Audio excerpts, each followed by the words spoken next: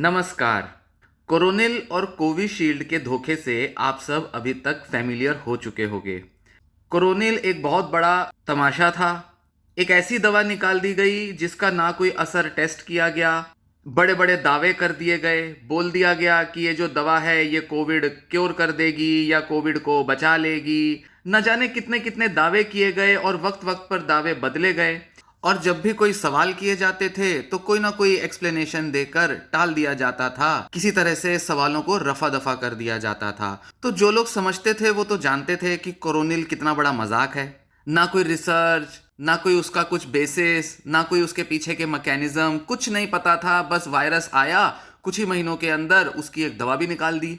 Vaccine आने से पहले दवा निकल गई कोरोनिल। तो इतना बड़ा ये तमाशा मीडिया में चल रहा था, सभी ने देखा। और अब रिसेंटली कोरोनिल को लेकर जो सुप्रीम कोर्ट में प्रोसीडिंग्स हुई हैं, उसके बाद कोरोनिल के निर्माताओं को अखबारों में माफी मांगनी पड़ी लोगों से।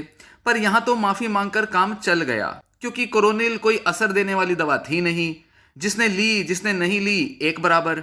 हाँ, कुछ लोग जरूर भ्रमित हुए होंगे, सोचा होगा कि भाई आयुर्वेद दवा है, नेचुरल हर्ब से बनी दवा है, तो ये वैक्सीन या किसी और दवा के मुकाबले ज्यादा असरदार होगी। तो ऐसे कुछ लोग जरूर रहे होंगे जिन्होंने शायद वैक्सीन ना लगवाई हो और उसकी जगह वो कोरोनिल से ही काम चला रहे हो।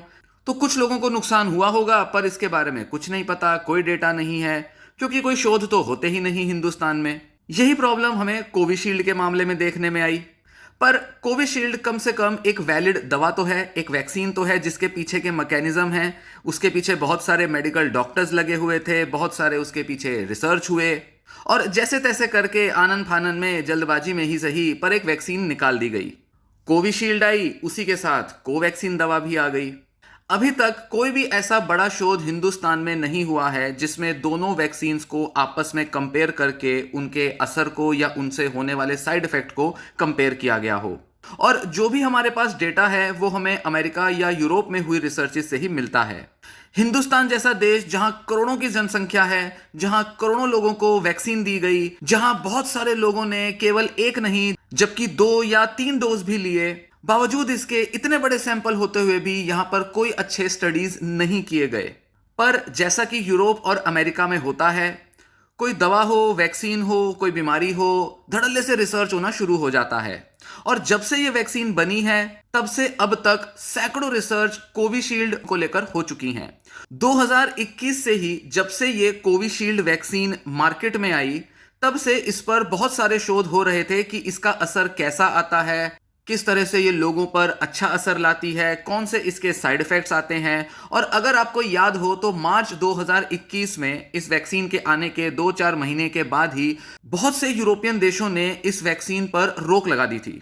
हालांकि कुछ देशों ने ये रोक 1 या 2 हफ्ते के लिए लगाई, कुछ देशों ने लंबे समय के लिए लगाई, और कुछ देशों ने हमेशा के लिए इस वैक्सीन पर रोक लगा दी। उन्होंने अपने देश में इस दवा को बेचने पर पाबंदी लगा दी, क्योंकि और भी बड़े सारे ऑल्टरनेटिव मौजूद थे। इसलिए कोविशील्ड के बजाय दूसरे कुछ वैक्सीन्स को ज्यादा अच्छा विकल्प देखा गया।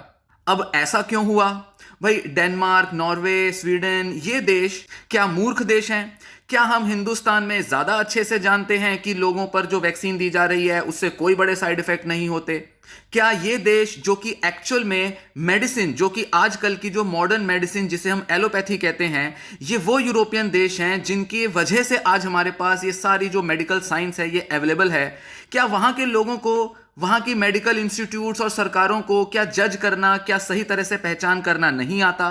क्या हमारे हिंदुस्तान के डॉक्टर ज्यादा होशियार हैं इस मामले में कि वो जानते हैं कि लोगों को वैक्सीन दी जानी जरूरी है और ये जो साइड इफेक्ट का जो तमाशा हो रहा है ये सब बेकार है? ऐसा तो नहीं कह सकते। तो ऐसा क्यों था कि इतने सारे देशों में ये वैक्सीन को बैन कर दिया गया? और जब इसको दोबारा से लोगों को दिया जाने लगा तो काफी सारी इंडिकेशंस और कॉन्ट्रा इंडिकेशंस दी गई कि किस तरह के लोगों पर यह वैक्सीन दी जानी चाहिए और किन लोगों को यह वैक्सीन नहीं दी जानी चाहिए। क्योंकि एक चीज तो क्लियर हो चुकी थी कि कुछ ऐसे फैटल साइड इफेक्ट आते हैं, कुछ ऐसे सीरियस साइड इफेक्ट इन दवाओं से होते हैं जिसकी वजह से थोड़े ही सही पर लोग अपनी जान गंवा सकते हैं या पूरे लाइफ टाइम के लिए डिसेबल्ड हो सकते हैं। और यहां के डॉक्टर्स जो कि सुनते हुए दिखाई पड़ रहे हैं कि भाई हर तरह के वैक्सीन की दवा के साइड इफेक्ट तो होते हैं, इसमें इतना शोर क्यों मचाना। तो फिर वहां के लोगों ने इसको क्यों बैन किया, वहां के डॉक्टरों ने इसको क्यों सीरियसली लिया, क्यों उन्होंने ये रेयर साइड इफेक्ट के लिए इतनी बड़ी बड़ी रिसर्चेस कर डाली, इतना ज्यादा उन्होंने अपनी गाइडलाइंस को चेंज कर दिया। वहां के डॉक्टरों को क्या पड़ी थी, वो क्यों नहीं अपने पब्लिक को बता दिए कि भाई साइड इफेक्ट तो आते ही हैं, क्या इतनी बड़ी बात हो गई, वैक्सीन ज्यादा इंपॉर्टेंट है, वैक्सीन से बचने वाली जानें ज्यादा इंपॉर्टेंट हैं। कुछ लोगों को अगर साइड इफेक्ट आ भी रहे हैं तो क्या फर्क पड़ गया। तो इतना आसान तो नहीं है ये चीज को डिस्कार्ड कर देना कि अगर साइड इफेक्ट आ रहे हैं तो कोई बड़ी बात नहीं, आने दो, कुछ लोगों पर तो साइड इफेक्ट आएंगे ही आएंगे, बाकी लोगों को देखो हमने कितनी जानें बचा रहे हैं, वो ज्यादा इंपॉर्टेंट है।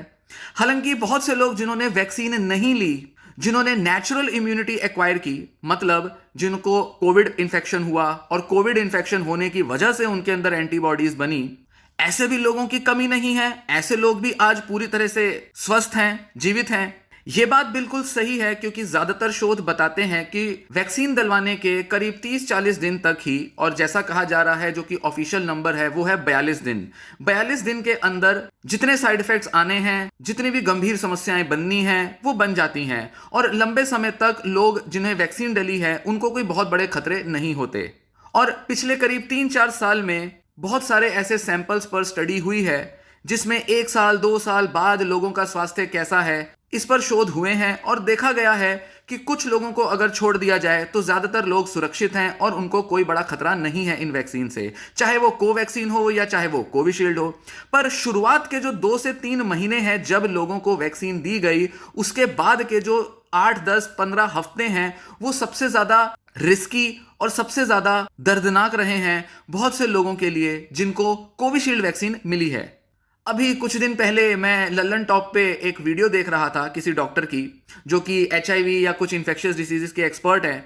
बता रहे थे कि अच्छा जितना साइड इफेक्ट आना था वो तो बस उन 2-3 महीने में आ गया, जो आज लोग हैं उनको इतनी चिंता करने की जरूरत नहीं है। ये बात बिल्कुल सही है और ये रिसर्च बेस्ड बात है कि हाँ अब लोगों को बहुत ज्यादा चिंता करने की जरूरत नहीं है। पर कहना क्या चाह रहे हैं कि उस टाइम भाई साइड इफेक्ट आए तो आ गए, उस टाइम जिन लोगों को नुकसान होना था हो गया, तुम क्यों चिंता करते हो, जिन लोगों ने जान गंवानी थी उस टाइम पर गंवा दी, तुम क्यों चिंता कर रहे हो। जबकि बहुत सारे ऐसे देश जो सीरियसली ले रहे थे इन साइड इफेक्ट्स को, जो कितने ही रेयर क्यों नहीं थे, वो चाहते थे कि हमारे देश के वो लोग भी बच जाएं, उनको कोई प्रॉब्लम ना हो, ज्यादा से ज्यादा लोग सेफ तरीके से वैक्सीन लें, और चाहे थोड़े से लोग ही सही पर उनकी जान को हम बचा सकें या उनकी हेल्थ में आने वाली कॉम्प्लिकेशंस को हम बचा सकें। पर यहां जैसा होता है कि भाई वैक्सीन निकाल दी, डॉक्टरों के पास पहुंच गई वैक्सीन, लगा दो सबको कोविशील्ड। 80% लोगों को हिंदुस्तान में कोविशील्ड लगी है। 80% बहुत बड़ा आंकड़ा होता है, और करीब 150 से 200 करोड़ के बीच डोजेस लगे हैं, क्योंकि कुछ लोगों को एक ही डोज लगा तो कुछ लोगों को 2 या 3 डोज लगे। हमारे यहाँ जो प्रॉब्लम हुई वो ये कि इतना सारा रिसर्च होते हुए भी इतना सारा डेटा 2021 और 22 में हमारे पास अवेलेबल हो गया था, जो कि अमेरिका यूरोप के रिसर्च पर ही बेस्ड था, पर फिर भी यहाँ की जो गाइडलाइंस थी, यहाँ की जो इंडिकेशंस थी, उनको बदला नहीं गया। ये नहीं कहा गया कि इन लोगों को कोविशील्ड नहीं दी जानी चाहिए जबकि इस तरह के लोगों को कोविशील्ड दे देनी चाहिए। कोई भी दवा होती है, कोई भी वैक्सीन जब निकलती है तो उसके अंदर कुछ इंडिकेशंस होती हैं कि किन लोगों को यह दवाई सेफ तरीके से दी जा सकती है। अब बड़े आसानी से डॉक्टर्स बोल देते हैं, मीडिया में इतने सारे डॉक्टर्स देखने में सुनने में आते हैं कि भाई कोमॉर्बिड कंडीशंस होती हैं। बहुत से लोग जिनको 2-3 बीमारियां थी, डायबिटीज थी, पुराने हार्ट अटैक वगैरह हुए थे, उन्हीं लोगों को ज्यादा खतरा था। और यह बात बिल्कुल सही है कि कोमॉर्बिड कंडीशंस में कोविड भी लोगों की जान ज्यादा ले सकता है और वैक्सीन की वजह से भी ज्यादा साइड इफेक्ट आ सकते हैं। पर सवाल यह आता है कि जिन लोगों ने वैक्सीन नहीं ली उनमें भी बहुत से लोग थे जिनको कोई ना कोई बीमारियां रही थी। क्या उन लोगों के वो बीमारियां सीवियर हुई? क्या उन लोगों ने ज्यादा जान गंवाई? कि मान लीजिए 2 तरह के लोग हैं, एक वो लोग हैं जिन्होंने वैक्सीन ली है, एक वो लोग हैं जिन्होंने वैक्सीन नहीं ली है। अब वैक्सीन ना लेने वालों में वो भी लोग होंगे जिनको कोविड इन्फेक्शन हुआ, या वो भी लोग हैं जिनको कोविड इन्फेक्शन नहीं हुआ। पर हम मान लेते हैं कि ये दोनों टाइप के लोग ऐसे हैं जिनमें कई सारी बीमारियां हैं। जैसे मान लीजिए वो 60 साल से बड़ी उम्र के लोग हैं, उनको diabetes, heart condition, kidney, lung, liver की कोई ना कोई कंडीशंस हैं, आंखों की, सांसों की कोई ना कोई बीमारी है। मतलब अगर इनको कोविड होता है तो चांस ज्यादा है कि ये लोग अपनी जान गंवा सकते हैं, क्योंकि इनको कोविड के अलावा और भी बीमारियां हैं।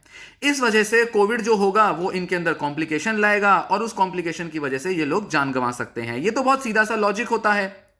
अब सवाल आता है कि ऐसे ही गंभीर बीमारियों से पीड़ित लोग जिनको हमने दो पार्ट्स में डिवाइड किया, एक को वैक्सीन मिली, एक को वैक्सीन नहीं मिली, तो क्या वैक्सीन मिलने वाले लोगों में ज्यादा मौतें हुई या वैक्सीन जिन्हें नहीं मिली उनमें ज्यादा मौतें हुई?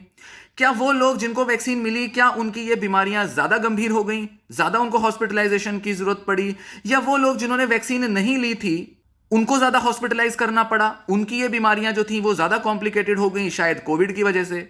इस तरह का एक कंपैरिजन, एक तुलना जरूरी है समझने के लिए, इस निष्कर्ष पर पहुंचने के लिए कि ये वैक्सीन कितनी सेफ होती है और किस तरह से कितने लोगों का ये नुकसान करती है, कितने लोगों को इससे जान गंवानी पड़ती है। इस तरह के बड़े सारे प्रश्न, बड़े सारे सवाल उठते हैं और इन सवालों का जवाब ढूंढने के लिए हमारे को शोध करने पड़ते हैं। बाहर के देशों में, यूरोप और अमेरिका में बहुत सारा ऐसा शोध हो रहा है और पिछले 3 सालों में ऐसे शोध के आधार पर ही डॉक्टरों की नॉलेज बढ़ी है। यह बात बिल्कुल सही है कि 2021 में उतने शोध नहीं हुए थे जितने आज तक हो चुके हैं, 2024 तक हो चुके हैं। पहले डॉक्टरों को बहुत सी चीजें नहीं पता थी, हालांकि कुछ चीजें तो बड़ी क्लियर थी शुरू से ही, पर फिर भी बहुत से अंजाम नहीं पता थे कि इस वैक्सीन से क्या हो सकते हैं। पर जितनी जितनी हमारी नॉलेज एडवांस होती गई है कोविड के बारे में या कोविड वैक्सीन के बारे में, मीडिया में डॉक्टरों के बोलने में ऐसा कहीं दिखाई नहीं देता कि वो कुछ एडवांस्ड नॉलेज लोगों तक कम्युनिकेट कर रहे हैं, वो लोगों के सवालों का जवाब दे पा रहे हैं, लोगों के मन की दुविधाओं का समाधान दे पा रहे हैं। जैसे कि एक सामान्य सा सवाल पूछा जा रहा है कि इतने सारे लोग जो कि 30 या 40 की उम्र के थे वो जान क्यों गंवा रहे हैं, क्यों उन्हें हार्ट अटैक आ रहे हैं? क्यों पिछले साल जब दिवाली के दौरान, नवरात्रों के दौरान गरबा नाइट्स हुई, लोग सेलिब्रेट कर रहे थे, डांस कर रहे थे, एंजॉय कर रहे थे, अचानक से बहुत से लोग गिर पड़े और उनको एम्बुलेंस से हॉस्पिटल ले जाना पड़ा। ऐसे बहुत से केसेस निकल के आए और डॉक्टर्स, जो कि उनकी आदत होती है, बड़े आराम से उन्होंने एक ही रीजन बताया, अरे आप लोग ना वर्क फ्रॉम होम करते हो, सारा टाइम घर बैठे रहते हो, हिलते डुलते हो नहीं, हेल्थ आपकी खराब हो चुकी है, पता नहीं क्या स्विगी जोमेटो से मंगा के फालतू खाते रहते हो, इस वजह से लोगों की जानें जा रही हैं। ये कोविड वैक्सीन पर दोष ना दो।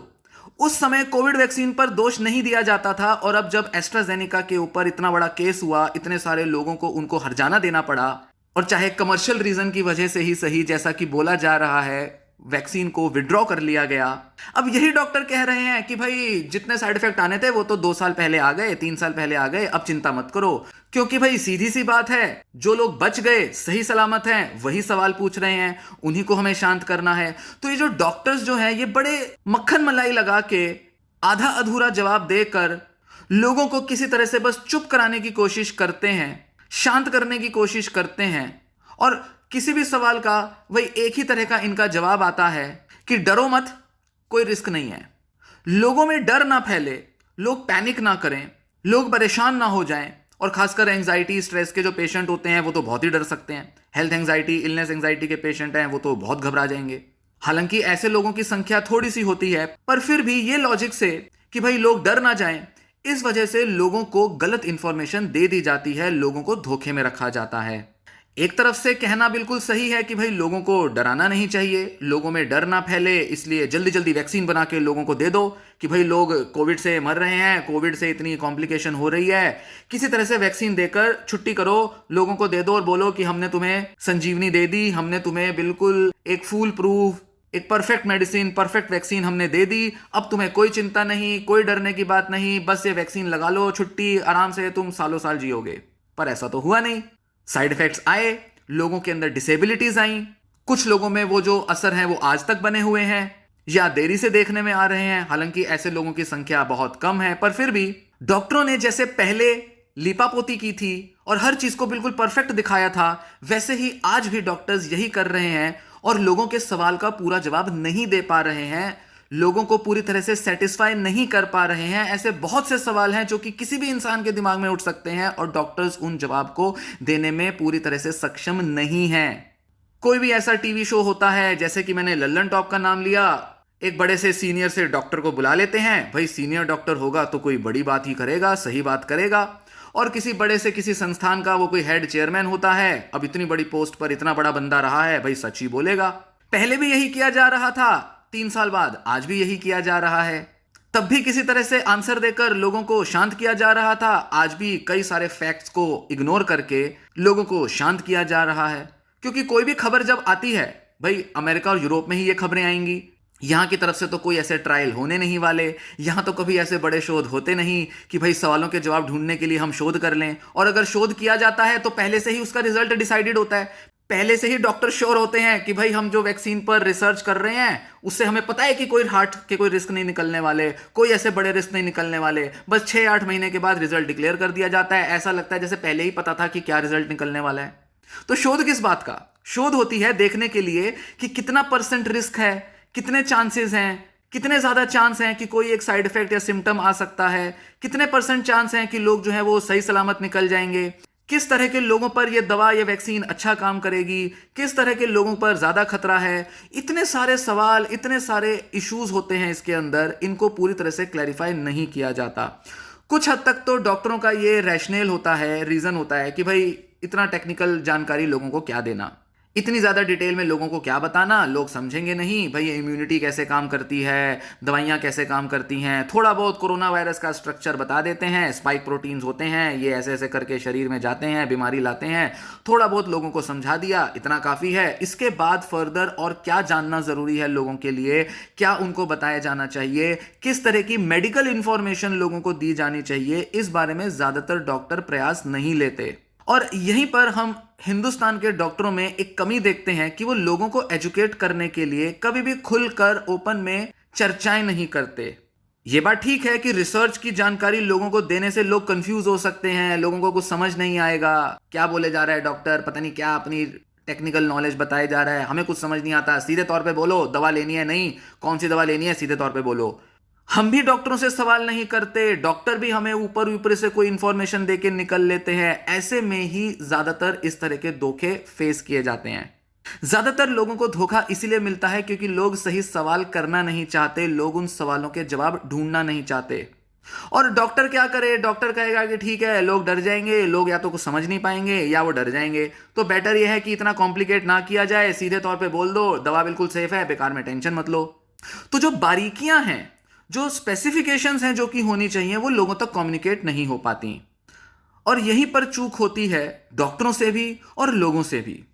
हम मीडिया में जिस तरह का कंटेंट कंज्यूम करते हैं, जहां पर हमारे को बस पहले से ही डिसाइड किए हुए आंसर्स बता दिए जाते हैं, कोई भी सीनियर सा डॉक्टर आकर पहले से ही हमें पता होता है वो क्या आंसर देने वाला है, वही आंसर बता के निकल लेता है।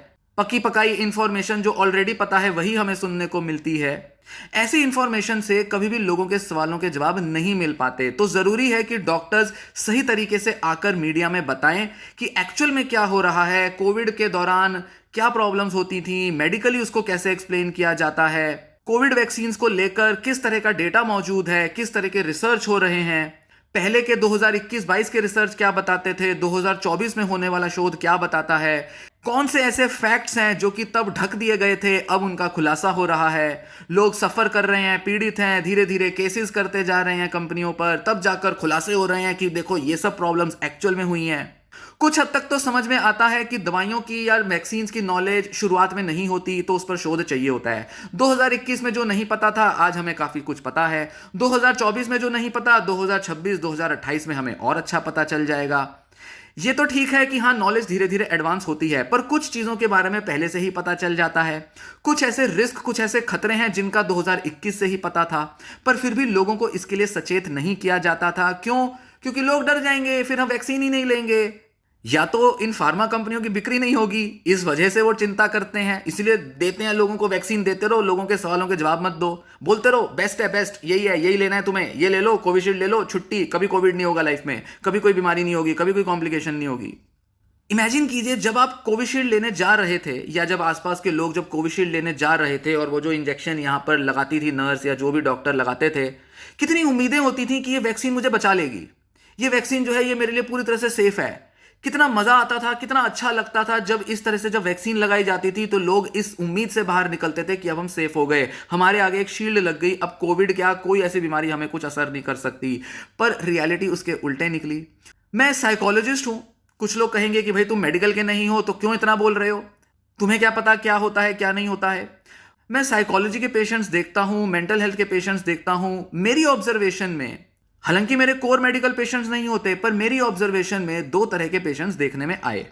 जब कोविशील्ड नई नई दी जाने लगी थी तो कुछ ऐसे केसेस देखने में आए जो एक्यूट एपिसोड्स होते थे, जिनको मतलब जैसे मुझे याद है एक एक्यूट साइकोटिक एपिसोड हुआ था। एक करीब 54-55 वर्ष के पुरुष थे, अचानक से हुआ, कोई ऐसी हिस्ट्री नहीं है उनकी ड्रग या अल्कोहल लेने की, कोई उनकी पुरानी डिप्रेशन, एंजाइटी या साइकोसिस की हिस्ट्री नहीं थी, कोई ऐसी फैमिली हिस्ट्री नहीं थी। पूछने पर पता चला कि 2 हफ्ते पहले इन्होंने कोविशील्ड ली थी। इसी तरह के मेरे और भी कुछ पेशेंट्स देखने में आए। मैं बहुत ज्यादा नहीं कहूंगा मैंने सैकड़ों पेशेंट देखे, बहुत सारे लोग थे, नहीं, मेरा ऐसा काम ही नहीं है। मैं ऐसी सेटिंग में काम भी नहीं करता, मैं हॉस्पिटल में काम नहीं करता कि मैं आए दिन इस तरह के लोग देख रहा हूं। पर मेरे कुछ ऐसे पेशेंट्स थे जिनको कोई ना कोई ऐसी मेडिकल कंडीशन थी, पहले थी। जैसे मुझे याद है एक पेशेंट थी मेरी जिनको सीजर्स की, दौरों की हिस्ट्री थी, जो एपिलेप्सी होता है। करीब 12-13 साल से उनको कोई दौरा नहीं पड़ा था और वो भी अपने 40 के उम्र के दशक में थी। बहुत यंग एज में उनको दौरे पड़े थे, दवाइयां ली थी और दवाइयां भी काफी टाइम से छूट गई थी। जिस दिन उनको कोविशील्ड लगी अगले दिन उनको दौरे पड़ गए। जरूरी नहीं कि केवल वही मामले सीरियस हैं जिसमें लोगों ने जान गंवाई हो, वो मामले भी सीरियस हैं जिनमें पुरानी बीमारियां बाहर आ गई या दबी हुई बीमारियां बाहर निकल के आ गई। जो बीमारियां लोगों में थी नहीं, जो हो सकती थी, उनके आने के चांस भी बढ़ गए और जो बीमारियां पुरानी थी वो भी बाहर आ गई। कई सारे ऐसे केसेस देखने में जरूर आए हैं, क्योंकि इस पर बहुत सा शोध हुआ है अभी हाल ही के कुछ महीनों में, जिसमें यह देखा गया है कि जिन लोगों में पहले से बीमारियां थीं उनकी बीमारियां कॉम्प्लिकेट हुई हैं।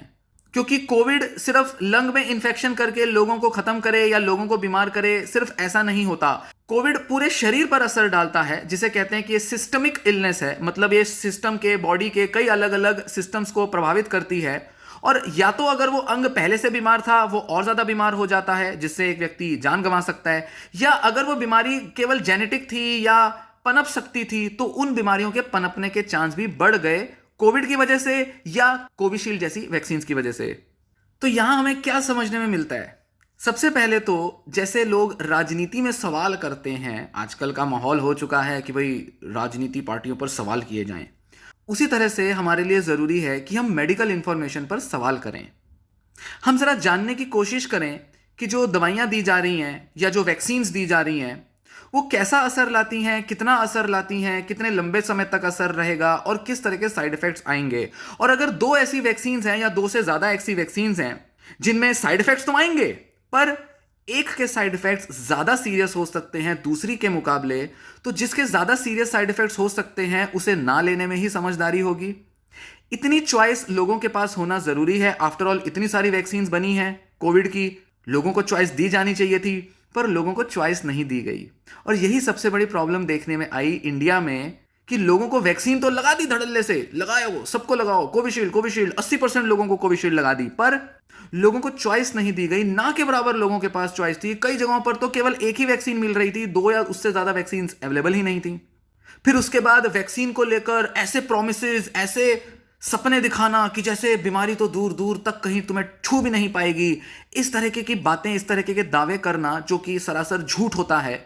क्योंकि जब आज बोला जा रहा है कि इन सब वैक्सीन के कोई ना कोई साइड इफेक्ट होते हैं, तब क्यों नहीं बोला जाता था? तब यह क्यों नहीं कहा जाता था कि इस तरह के लोगों को ही वैक्सीन दी जाए, इस तरह के लोगों को एक्सक्लूड कर दो, इन लोगों को खतरा है, जबकि बाकी के देश ऐसा कर रहे थे? तो यहां जो सबसे बड़ा सवाल खड़ा होता है वो ये कि डॉक्टर्स लोगों को एजुकेट क्यों नहीं करते? क्यों डॉक्टर्स डरते हैं कि लोग हाहाकार मचाएंगे, लोग डर जाएंगे, लोग वैक्सीन नहीं लेंगे? ऐसा नहीं है। अगर सही तरह से लोगों को जानकारी दी जाए, सही तरह से लोगों के सामने मेडिकल फैक्ट्स और इंफॉर्मेशन रखे जाएं, और सही चीज के लिए अगर प्रमोशन किया जाए, मतलब सही वैक्सीन को ही अगर केवल प्रमोट किया जाए, तो चांसेस बहुत अच्छे हैं कि लोग अपना निर्णय भी ले पाएंगे, लोग सही तरह से चॉइस ले पाएंगे और लोग सही दवा की तरफ, सही वैक्सीन की तरफ आगे बढ़ेंगे। ये सब बातें करने का मतलब मेरा बिल्कुल नहीं है कि वैक्सीन लेना गलत था। कुछ लोग कहते हैं, अरे बहुत से ऐसे लोग हैं जो कहते हैं वैक्सीन मत लो। कुछ तो ये भी कहते हैं कोविड जैसा कुछ था नहीं, कोविड से कुछ नहीं हुआ। ये कॉन्स्पिरेसी थ्योरीज में जाने की जरूरत नहीं है। कोविड कोई कॉन्स्पिरेसी थ्योरी नहीं थी, कोविड की वैक्सीन कोई कॉन्स्पिरेसी थ्योरी नहीं थी। कॉन्स्पिरेसी थ्योरी होती है जैसे मान लीजिए धरती तो गोल है, पर कुछ लोग आज सच में मानते हैं कि धरती चपटी है और वो इसको साइंटिफिक तौर पर प्रूव भी करने में लगे हैं। बहुत सारी ऐसी वीडियोस मिल जाएंगी यूट्यूब पर और इंस्टाग्राम पर जहां वो साबित करते हैं कि क्यों धरती गोल नहीं है, धरती चपटी है। ये होती हैं कॉन्स्पिरेसी थ्योरीज। तो कोविड या कोवैक्सीन या ये कोविशील्ड जो है, ये कॉन्स्पिरेसी थ्योरीज नहीं है, ये सही में एक बीमारी है, सही में उसकी एक वैक्सीन बनी है। पर कुछ वैक्सीन सही है, कुछ वैक्सीन सही नहीं है, कुछ वैक्सीन से नुकसान ज्यादा है तो कुछ वैक्सीन से नुकसान ना के बराबर है। कोई बहुत ज्यादा फैटल मतलब जानलेवा साइड इफेक्ट्स नहीं है, ये क्लियरली देखने में आया है। इनफैक्ट मैं ये कहूंगा कि मान लीजिए ये जो बड़े वरिष्ठ डॉक्टर हैं, इनके सामने अगर चॉइस रखी जाए, इनको कहा जाए भाई तुम्हारा बेटा है, ये तुम्हारी बेटी है, 25 वर्ष के हैं मान लीजिए उनके बच्चे, 60-65 साल के ये डॉक्टर हैं, और उनसे कहा जाए आपके बच्चे को ये वैक्सीन देनी है, कोविशील्ड और कोवैक्सीन, कौन सी वैक्सीन दिलवाना चाहेंगे? कितने डॉक्टर हैं जो कहेंगे कि मैं अपने बेटे को बेटी को कोविशील्ड के लिए एंकरेज करूंगा?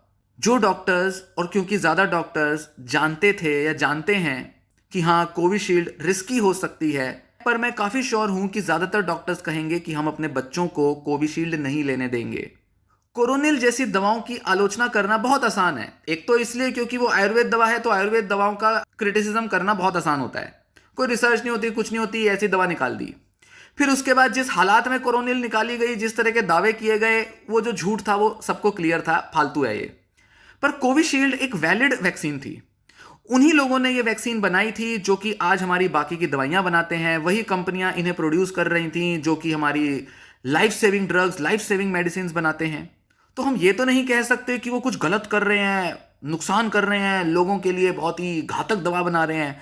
पर उस समय 2021 में अपनी दवा बेचने के लिए, ज्यादा से ज्यादा लोगों तक इस वैक्सीन को पहुंचाने के लिए, ताकि ज्यादा से ज्यादा लोग उनकी दवा खरीदें और कमर्शियल रीजन से उनको ग्रोथ मिले। भाई एस्ट्राजेनेका ने वैक्सीन क्यों विड्रॉ की? कमर्शियल रीजन की वजह से, बिक्री नहीं हो रही थी। उस टाइम की वैक्सीन अब वैलिड भी नहीं है, रिलेवेंट नहीं है। अब वायरस म्यूटेट कर गया, बदल गया, अब वो पुराने वाले वायरस पर ये वैक्सीन थी, इसलिए देना बेकार है। कमर्शियल रीजन की वजह से विड्रॉ कर ली। तो मार्केट में जब इसे उतारा गया तो क्या कमर्शियल रीजन नहीं थे? ऑब्वियसली कमर्शियल रीजन थे। मतलब चाहते थे ज्यादा से ज्यादा लोग हमारी वैक्सीन खरीद लें, और हिंदुस्तान से अच्छी लेबोरेटरी उनको मिल नहीं सकती थी। हिंदुस्तान एक लेबोरेटरी की तरह रहा कि भाई करोड़ों लोग हैं, बड़े आराम से बिकेगी मेडिसिन, बड़े आराम से लोग लेंगे। लोगों में डर वैसे ही रहता है बीमारियों को लेकर। भाई डर जो होता है वो सबसे बड़ा होता है। बीमारी हो गई, जानलेवा बीमारी है, बचाना है, वैक्सीन लो, कुछ करो, दवा लो, कुछ तो करो, कुछ तो जादू करो जिससे हम बच जाएं। तो एस्ट्राजेनेका को बड़े आसानी से, बड़े कन्वीनियंट तरीके से हिंदुस्तान एक ऐसी लेबोरेटरी दिखी जहां लोगों पर एक्सपेरिमेंट से किए गए। कुछ भी हो जाए भाई ठीक है, साइड इफेक्ट आएंगे, जिन्होंने जाना है चले जाएंगे, डिसेबिलिटी आनी है आने जाएगी, हमारा माल बिक जाए, हमारी दवा बिक जाए। तो जब सारा टाइम इनके दिमाग में कमर्शियल रीजन घूमते हैं, तो दवा की जो इतनी प्रमोशन की गई, क्या उसके पीछे कमर्शियल रीजन नहीं थे?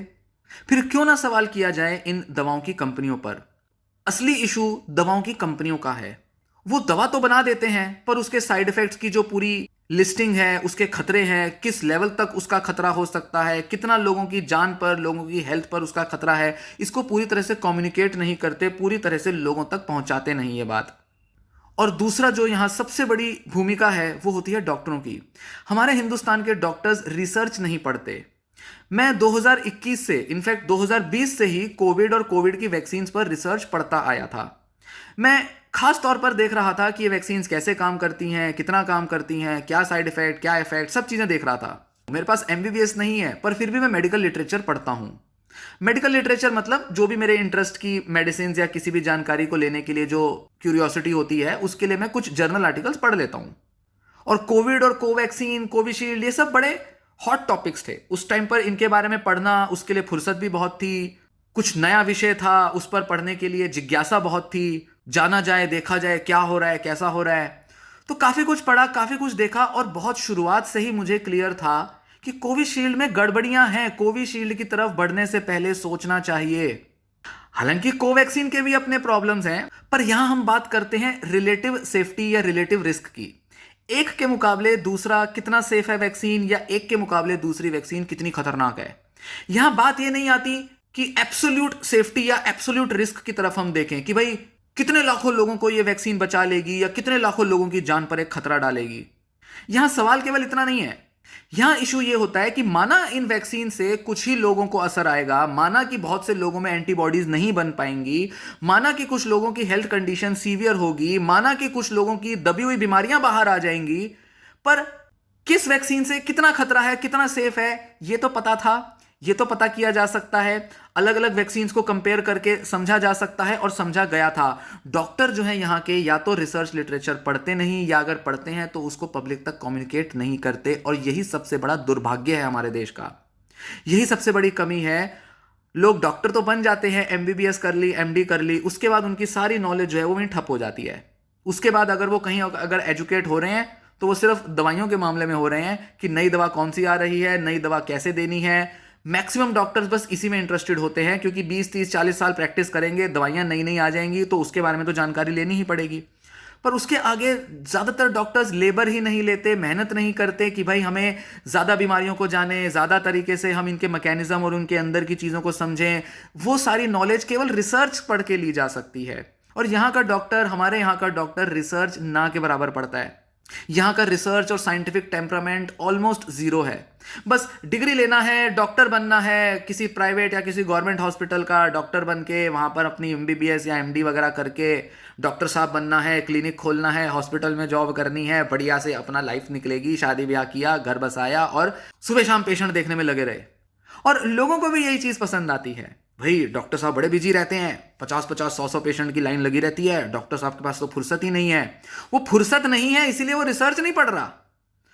यूनिवर्सिटी का प्रोफेसर फिर भी रिसर्च पढ़ लेगा, कोई रिसर्च में लगा हुआ कोई डॉक्टर वो भी रिसर्च पढ़ लेगा।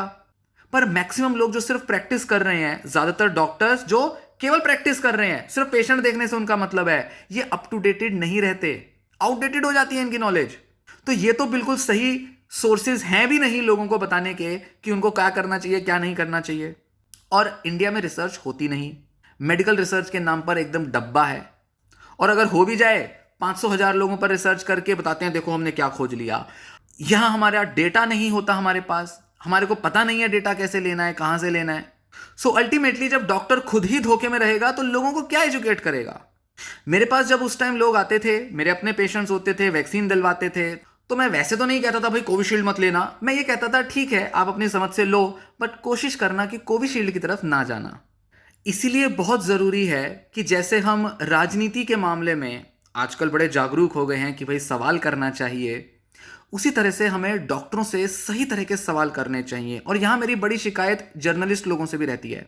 जैसे मैंने अभी बताया, ललन टॉप की उस दिन वीडियो देख रहा था, जर्नलिस्ट कोशिश तो कर रहे थे कि हाँ थोड़े बहुत सवाल पूछ लें, पर यहाँ का जो एंकर होता है, जर्नलिस्ट होता है, वो भी ऐसे ले पर्सन की तरह सवाल पूछता है कि भाई हमें कुछ नहीं पता, आप जो बताएंगे हम वही मान लेंगे, हमारे पास और कोई सवाल नहीं, बस लोगों की थोड़ी दुविधा है, आप जरा उसका हल कर दें। ऐसा लगता है कि जैसे वो कहना चाहते हैं कि हमें भी पता है कि क्या लोगों को करना चाहिए क्या नहीं, पर लोग हमारी नहीं सुनेंगे, आप तो डॉक्टर साहब हैं, बहुत बड़े वरिष्ठ डॉक्टर हैं, इतने एक्सपीरियंस्ड हैं, आप बता देंगे तो लोग आपकी ज़्यादा मान लेंगे। इस वजह से एक बड़े क्रेडिबल टाइप के सोर्स को लाकर वो वहाँ खड़ा कर देते हैं और लोगों को वही आंसर दिलवाते हैं जो ऑलरेडी पता है, हमारे को ऑलरेडी पता है हमें कि डॉक्टर क्या बोलने वाला है। वो नहीं बताएगा लोगों को कि देखो डेटा क्या कहता है, किस तरह के शोधों में क्या निकल के आया। कुछ डॉक्टर्स थोड़ा बहुत मेंशन कर देते हैं, पर फिर वही बात आती है, भाई लोग समझेंगे नहीं तो लोगों को क्यों पकाना, इतना क्यों इतनी डिटेल देना। लोग कहेंगे अरे चैनल बदलो, हमें नहीं देखना ये। तो यहाँ दूसरी प्रॉब्लम आती है, लोग खुद ही नहीं पूछना चाहते। खुद ही अगर कोई उन्हें कोई वैज्ञानिक जानकारी दे तो वो पक जाते हैं, उनको लगता है अरे फालतू की डिटेल है ये, हमें नहीं समझ आ रही।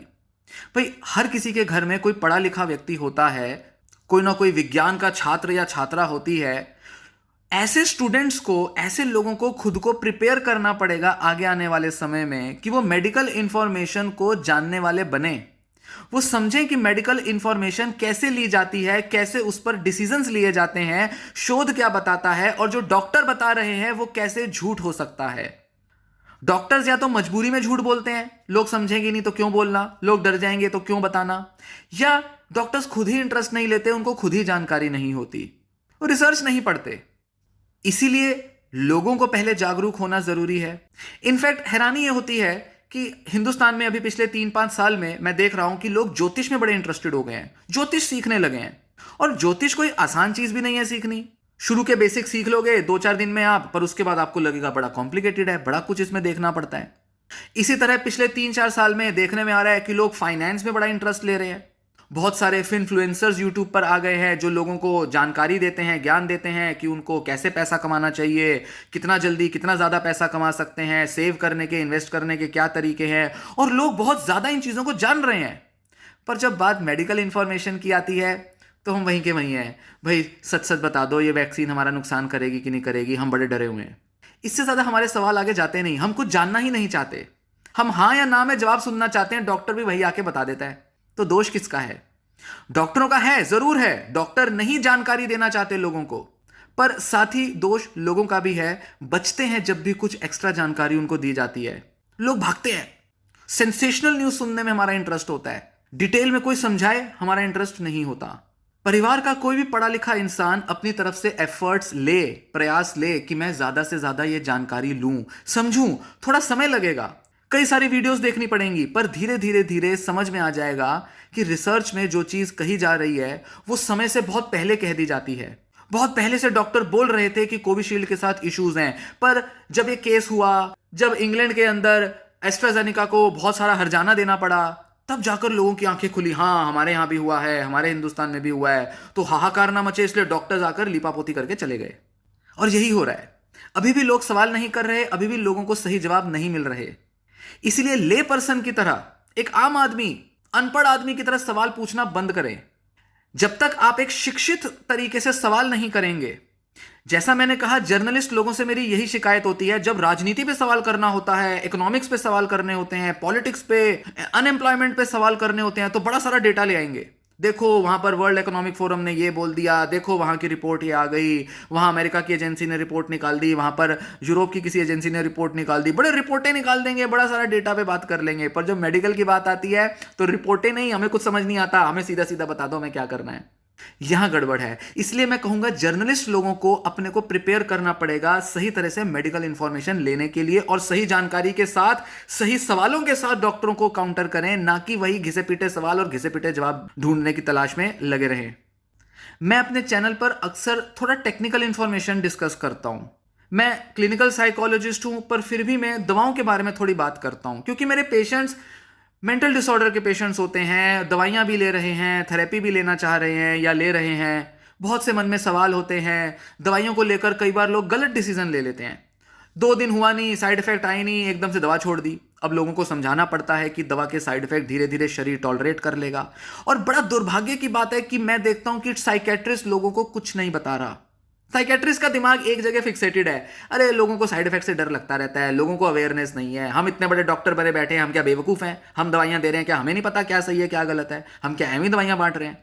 ये सब बोलेंगे, पर लोगों को जाके शिक्षा नहीं देंगे, लोगों को सही जानकारी नहीं देंगे कि उनको साइड इफेक्ट्स कैसे हैंडल करने हैं, लोगों को दवाइयों को कैसे समझना है, लोगों को दवाइयों के प्रति रवैया कैसा रखना है। मजबूरन मुझे ये काम यूट्यूब पर भी करना पड़ता है, क्योंकि मुझे डेली प्रैक्टिस में भी ये काम करना पड़ता था। और इसी वजह से मैंने मेडिसिन को भी पढ़ा, जाना। मैंने बहुत सी जानकारी मेडिसिन के बारे में ली, और रेगुलर मैं मेडिसिन के बारे में जानता रहता हूं, कुछ ना कुछ रिसर्च पढ़ता रहता हूं। क्यों? क्योंकि ये मेरे काम का हिस्सा है, ये मेरे अवेयरनेस में रहना जरूरी है कि मैं लोगों को सही गाइड कर पाऊं।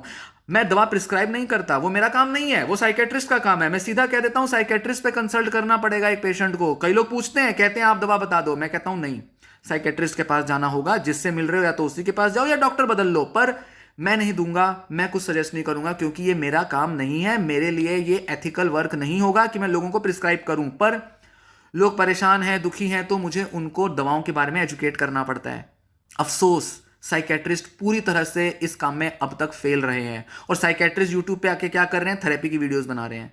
लोगों के दिमाग में जो इतने डर हैं, इतने मिथ हैं, वो नहीं क्लियर करते।